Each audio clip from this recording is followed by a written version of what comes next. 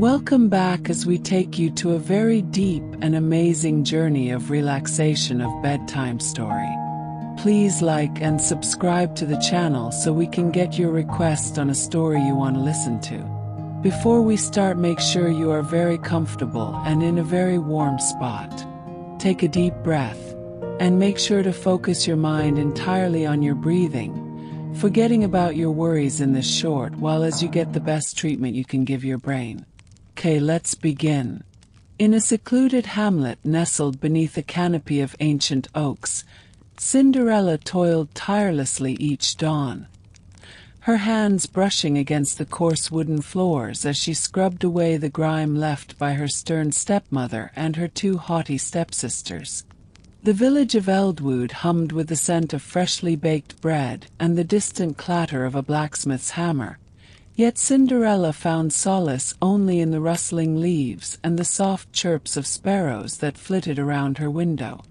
Her days were a blur of chores, polishing silver candlesticks that gleamed under the fading daylight and hauling water from a moss-covered well, while her step-family lounged in velvet chairs, their laughter sharp as thorns.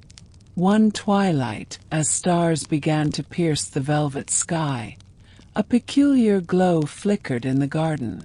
A mystical figure emerged, her robes woven with threads of moonlight, introducing herself as Cinderella's fairy guardian. "Tonight, the grand festival at the Duke's Manor awaits you," she declared, her voice like a gentle breeze. With a flourish, she transformed a gnarled pumpkin vine into a shimmering carriage pulled by stallions born from field mice, and Cinderella's tattered apron morphed into a gown of silver silk that shimmered like the night sky. A subplot unfolded when the guardian revealed a hidden amulet, pulsing with starlight, which could summon ethereal dancers to aid her escape if danger arose. As the carriage rolled toward the manor, the air filled with the scent of night-blooming jasmine, and Cinderella clutched the amulet, her heart racing with the promise of a new destiny under the watchful moon. The Duke's Manor glowed with 1,000 lanterns as Cinderella stepped into the grand hall, the marble floor cool beneath her feet, reflecting the chandelier's golden light like a sea of stars. The Duke, a young man with a warm smile and eyes like polished amber, approached her, drawn by the melody of her laughter that echoed over the string quartet's gentle strains. They danced through the night, the air thick with the fragrance of roses from the courtyard, where fireflies blinked like tiny constellations. But as the clock tower chimed midnight, a shadow loomed. A jealous courtier, envious of the Duke's attention, unleashed a pack of spectral hounds to block her path. Cinderella gripped the amulet, and with a flash of light, ethereal dancers swirled around her, their movements a blur of silver, guiding her to safety as she fled into the moonlit woods. The glass slipper, a delicate token shaped by the fairy's magic, slipped from her foot, glinting in the underbrush as she vanished. The next morning, the Duke scoured Eldwood, his boots crunching on dew-soaked leaves, the slipper in hand as a clue to find his mysterious dancer.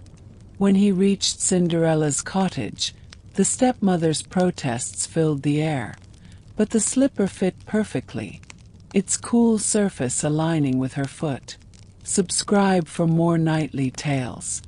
The Duke lifted her onto his horse, and they rode toward his manor, where the night sky framed a castle alive with the sound of celebration, its towers piercing the starry expanse as a new chapter began.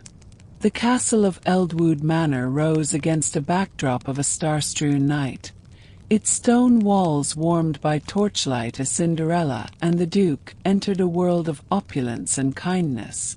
The great hall buzzed with the aroma of roasted pheasant and freshly baked pies, served on tables adorned with ivy garlands that swayed in the evening breeze. Her stepmother and stepsisters, summoned to the celebration, stood silenced by the sight of Cinderella in a crown of moonlit pearls, a gift from the fairy guardian who now watched from a balcony, her amulet glowing faintly. A subplot emerged when a wandering minstrel revealed a hidden chamber beneath the manor, its walls etched with runes that foretold a prophecy of unity, suggesting Cinderella's arrival would heal old village feuds. The Duke, inspired, organized a midnight council under the open sky, where the rustle of leaves mingled with the murmurs of elders, and Cinderella's gentle words bridged decades of discord. The air grew crisp as a comet streaked overhead, its tail a silver ribbon, marking the moment of reconciliation. Days turned to weeks, and the manor transformed into a haven of laughter, its gardens blooming with night lilies that glowed under the moon, tended by children who once knew only strife. The fairy guardian's amulet, now a symbol of hope, rested in a glass case, its light a beacon for dreamers. As the village thrived, Cinderella and the Duke walked hand in hand through moonlit corridors, their footsteps echoing with the promise of a legacy built on kindness, forever etched against the night sky.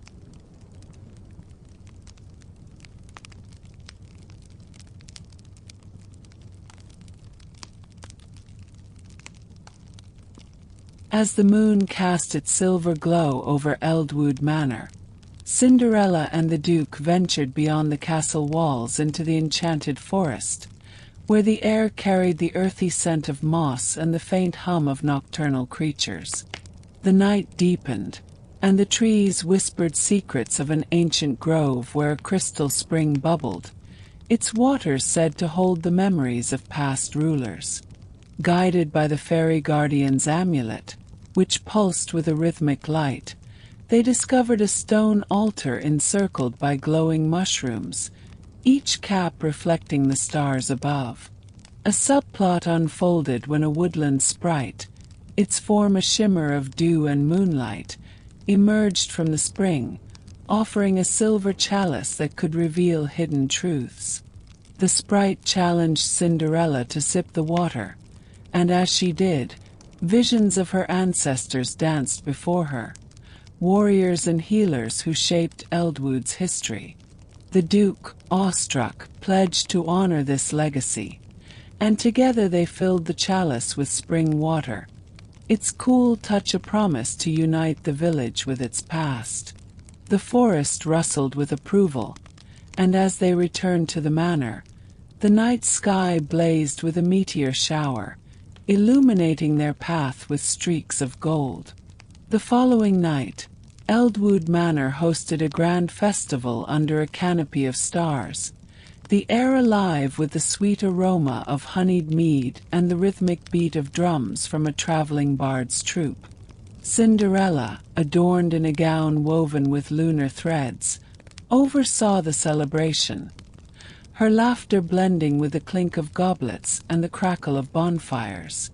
The Duke unveiled the silver chalice during a midnight toast, its contents shimmering as he shared the grove's revelations, inspiring villagers to recount their own family tales. A subplot arose when a mysterious traveler, cloaked in star-patterned fabric, presented a map etched on bark, hinting at a forgotten tower where a celestial orb could amplify the chalice's power.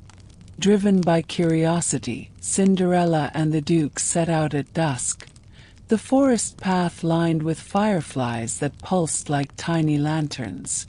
They reached the tower, its stones moss-covered and ancient, and inside found the orb glowing with a soft blue light. As they placed it atop the chalice, the room filled with a harmonious chime, revealing images of a united Eldwood thriving under future moons, a vision that fueled their resolve as they returned under the starry night. Weeks later, under a crescent moon, Cinderella led a council in the manor's gardens, the air fragrant with blooming night jasmine as villagers gathered around a newly built pavilion. The celestial orb, now mounted on a pedestal, cast a gentle glow, illuminating debates on trade routes and alliances, its light a symbol of transparency. The Duke proposed a festival to honor the grove's sprite, and craftsmen began carving wooden statues of mythical creatures to line the village square, their details catching the moonlight. A subplot emerged when a rival lord from the northern plains, jealous of Eldwood's prosperity, sent emissaries with offers of peace laced with hidden threats. Cinderella, using the chalice's wisdom, uncovered the deception through a vision of shadowed negotiations, and with the Duke's support, she turned the emissaries away, strengthening the village's defenses with a ring of thorn hedges enchanted by the fairy guardian. The night air grew crisp as owls hooted in approval, and the orb's light pulsed, signaling a new era of vigilance and unity under the watchful stars. As autumn painted the manor's grounds with hues of amber and crimson, Cinderella organized a harvest feast under a starlit sky, the air thick with the scent of roasted chestnuts and mulled wine. The pavilion buzzed with laughter, children weaving garlands of dried leaves while elders shared tales of the grove's magic. The celestial orb and chalice, placed on a central table, drew gasps as their combined light projected a map of Eldwood's expanding influence, its borders stretching toward distant hills.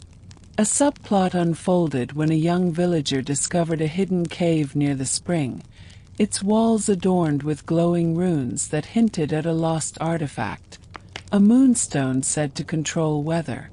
Cinderella and the Duke ventured into the cave at midnight, the damp air echoing with drips of water, and found the moonstone embedded in a quartz vein. Touching it summoned a gentle rain that nourished the fields, and as they emerged, the stars seemed to dance, reflecting the village's gratitude in a night of abundance and hope.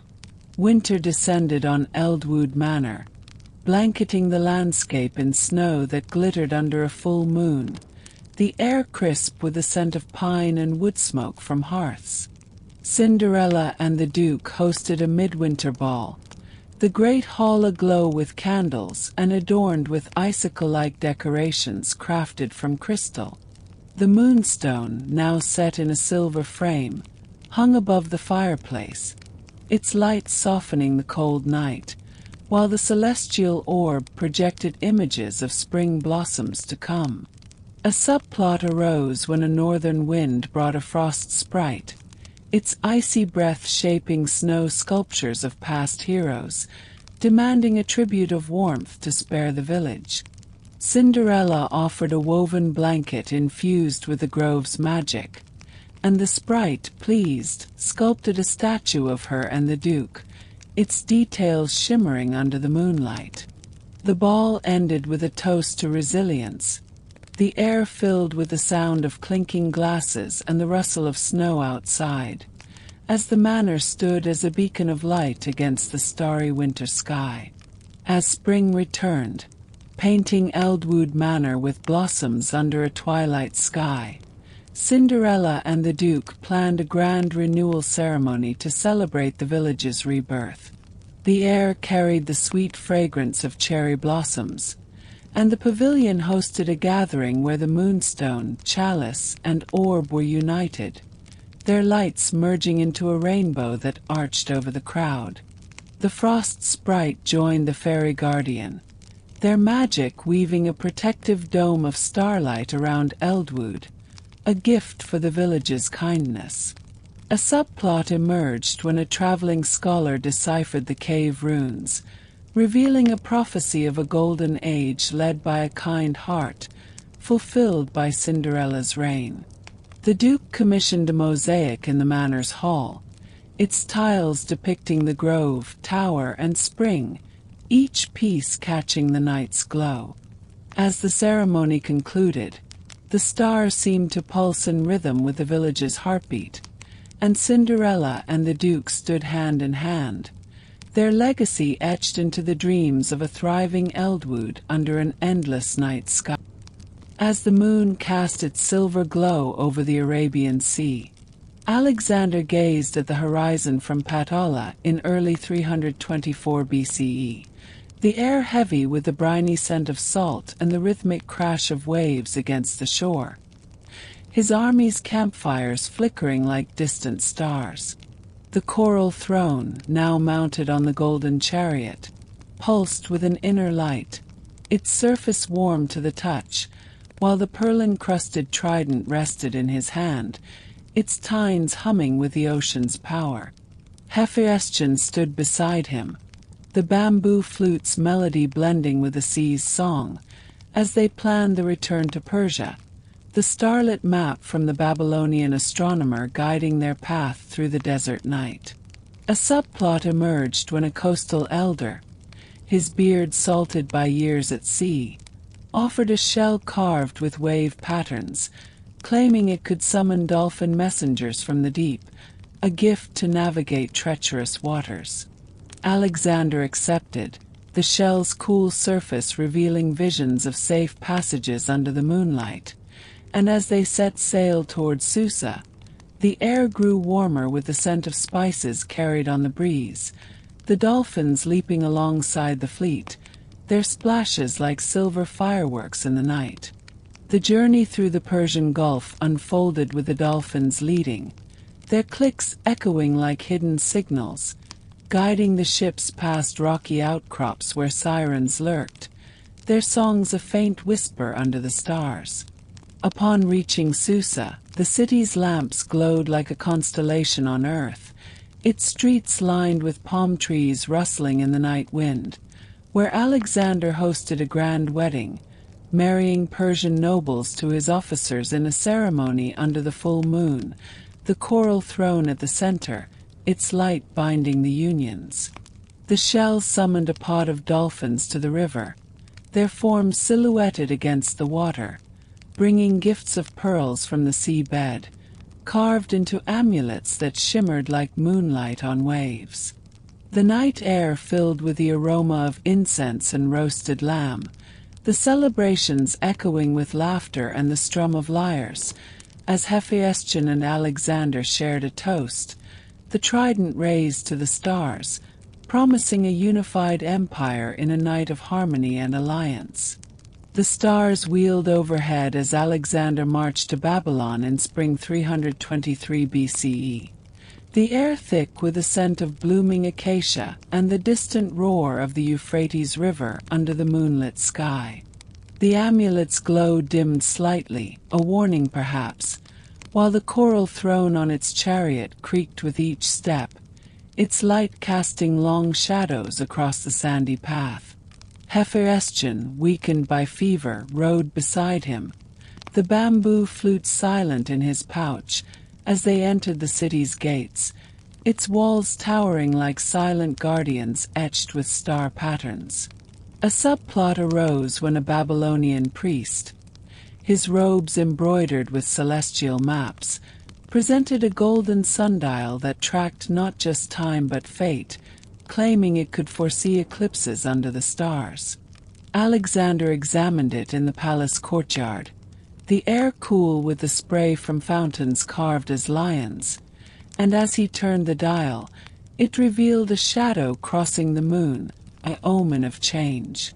The dolphins, summoned by the shell, arrived in the river with messages from distant allies, their leaps splashing water that glittered like diamonds in the night. The city buzzed with preparations for a fleet to Arabia, the trident's power promising safe voyages, but Hephaestion's illness worsened, his cough echoing through the marble halls under the starry ceiling. Alexander stayed by his side, the sundial's shadow lengthening as the night deepened, the air heavy with myrrh and the faint chime of temple bells, a night of worry and whispered promises. Subscribe for more nightly tales. The moon rose over Babylon's ziggurats as Alexander mourned Hephaestion in late 323 BCE, the air thick with the scent of funeral pyres and the solemn toll of bells under the star-filled sky. The amulet's light flickered dimly, reflecting his grief, while the coral throne stood empty in the palace, its glow a faint reminder of past triumphs. The golden sundial, placed on Hephaestion's altar, cast shadows that danced like memories, and a subplot emerged when a Greek oracle arrived, her veil catching the moonlight, offering a vial of star essence said to preserve spirits in dreams. Alexander drank it under the stars, visions of Hephaestion riding through celestial fields flooding his mind, the air alive with the whisper of winds from the bamboo flute. The dolphins patrolled the Euphrates, their splashes echoing like distant applause, bringing news of Arabian shores where new conquests awaited. But fever gripped Alexander, his body weakening as the night deepened, the trident summoning waves that lapped at the city's edges like a farewell. The palace filled with courtiers' murmurs, the air heavy with incense and the rustle of silk robes, as he dictated plans for a world united under the stars. His legacy etched in the dreams of his followers in a night of fading light. The stars twinkled over Babylon as Alexander's final night unfolded in June 323 BCE. The air thick with the scent of herbs from healers' pots, and the distant hum of the city's markets closing under the moon. The amulet lay still on his chest, its glow extinguished, while the coral throne, draped in black silk, stood as a silent sentinel in the chamber lit by flickering lamps. Hephaestion's spirit, preserved by the star essence, appeared in visions, his voice a faint echo guiding Alexander through the haze, the air cool with the breeze from open windows carved with lion motifs. A subplot concluded when the oracle revealed the vial's true power, to pass the mantle to a successor chosen by the stars. Alexander, in his delirium, named Perdiccas, his hand steadying the sundial as it pointed to a constellation like a finger of fate. The dolphins leaped in the river, their splashes carrying a mournful song as the army gathered outside, their campfires dotting the night like earthly stars. The palace echoed with whispers of division, the air heavy with the weight of an empire's future, as Alexander's breath grew shallow, his eyes fixed on the starry ceiling, dreaming of unconquered lands in a night of eternal legacy. As the moon waned over the empire in the months following 323 BCE, Alexander's successors divided his conquests under a starlit sky, the air filled with the scent of olive oil lamps and the murmur of councils in Susa's halls. The amulet, now in Perdiccas's possession, pulsed faintly, its light a reminder of the king's vision, while the coral throne sat in Babylon, its glow dimmed but not forgotten. Hephaestion's ashes, scattered under the stars, seemed to whisper guidance to the generals, their voices rising like the wind in debates over lands from Egypt to India. A new subplot arose when a scholar from Athens discovered a hidden codex in the palace library, its pages etched with Alexander's starlit maps, revealing a lost continent where magical beasts roamed under eternal night. Perdiccas, intrigued, sent explorers, their ships sailing under the moon, the air salty with sea spray, to seek this realm, the trident aiding their navigation through stormy waters. The expedition reached shores where palm trees swayed like dancers, the night air alive with the chirp of unknown creatures, and found the continent, its mountains carved with runes that glowed like stars, a discovery that echoed Alexander's spirit in a night of renewed